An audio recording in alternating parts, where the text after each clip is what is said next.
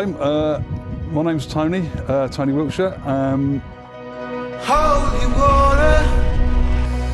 And what I do is drive and restore and Spilling up my red lines. It should have been the last time. Should have been the last time.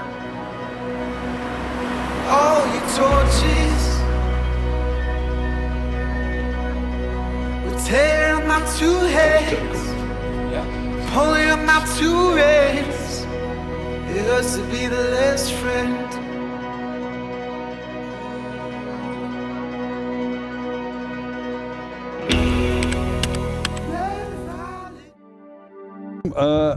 my name's Tony, Tony Wiltshire. My company is AAC, and what I do is drive and restore and cherish old vintage cars. This is my 1952 Bentley Mark VI. Say it's mine. I literally just inherited it from my dad who passed away very recently. Unfortunately never got to see it finished. So now I'm sort of the custodian of my dad's car. Every broken heart. Years and years back, we used to go to a lot of car shows, my dad, my mum, my little boy, and we literally got a passion for classic cars. The shapes, they're just very nice, curvy looking cars.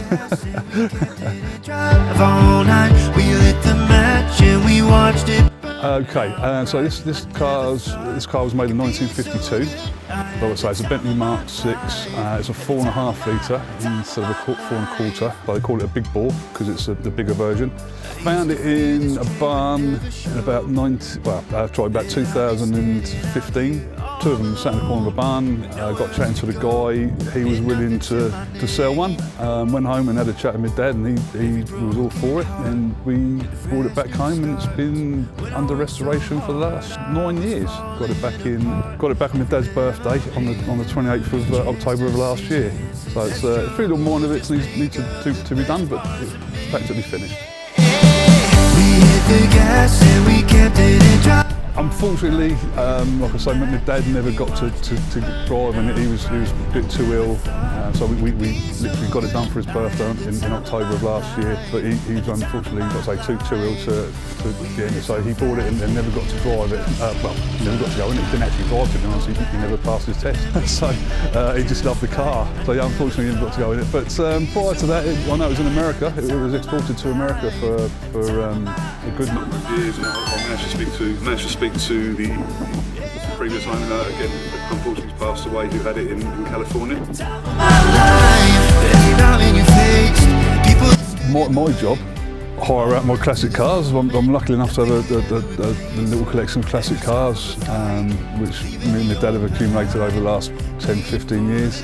So I do weddings and anything, any sort of occasion, special occasions. I've got, say, 1920s revival to do in a few months' time. So yeah, anything I can do with the cars, any occasions, do the occasional proms for friends and family, which sort of keeps me busy and keeps the cars on the road.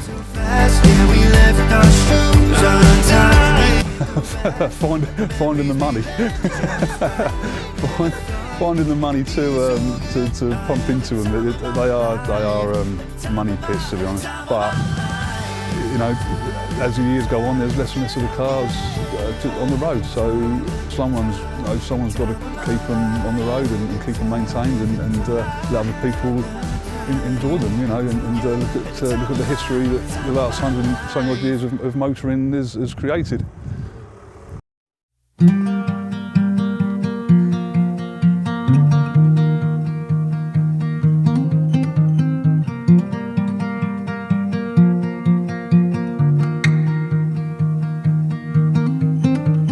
Drunk as hell this night on the stereo.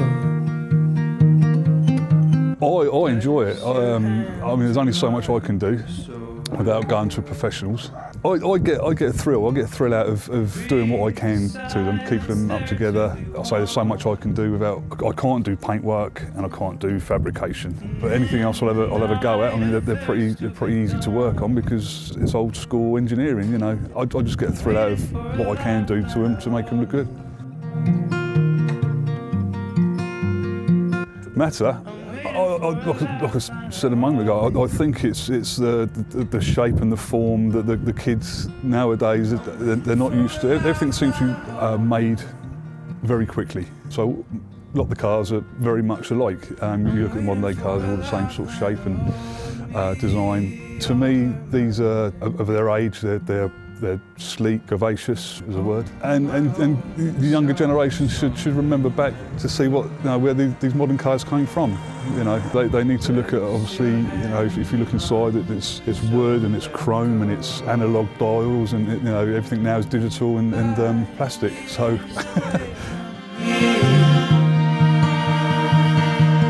Start with something, I'd say, not classic, more retro. So if you look back to the late 70s, early 80s, which is now 40, 50 years ago, you can buy some nice cars at a reasonable price. You can still get the parts for them, and it's a good starting point. Down the line, once you get used to working on them and you get your head around how they are and how they work, move on to something slightly older and more challenging. But retro, I think, is the way to go. Retro now is sort of the new classic, if you like. Oh, and there's a question.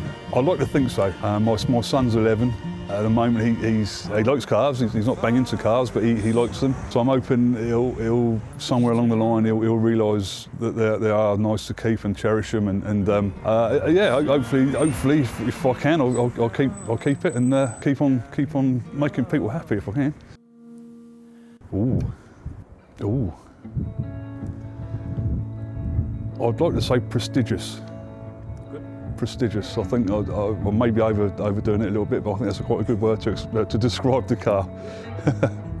Yeah. Maybe it's for a reason, but for the moment I've been told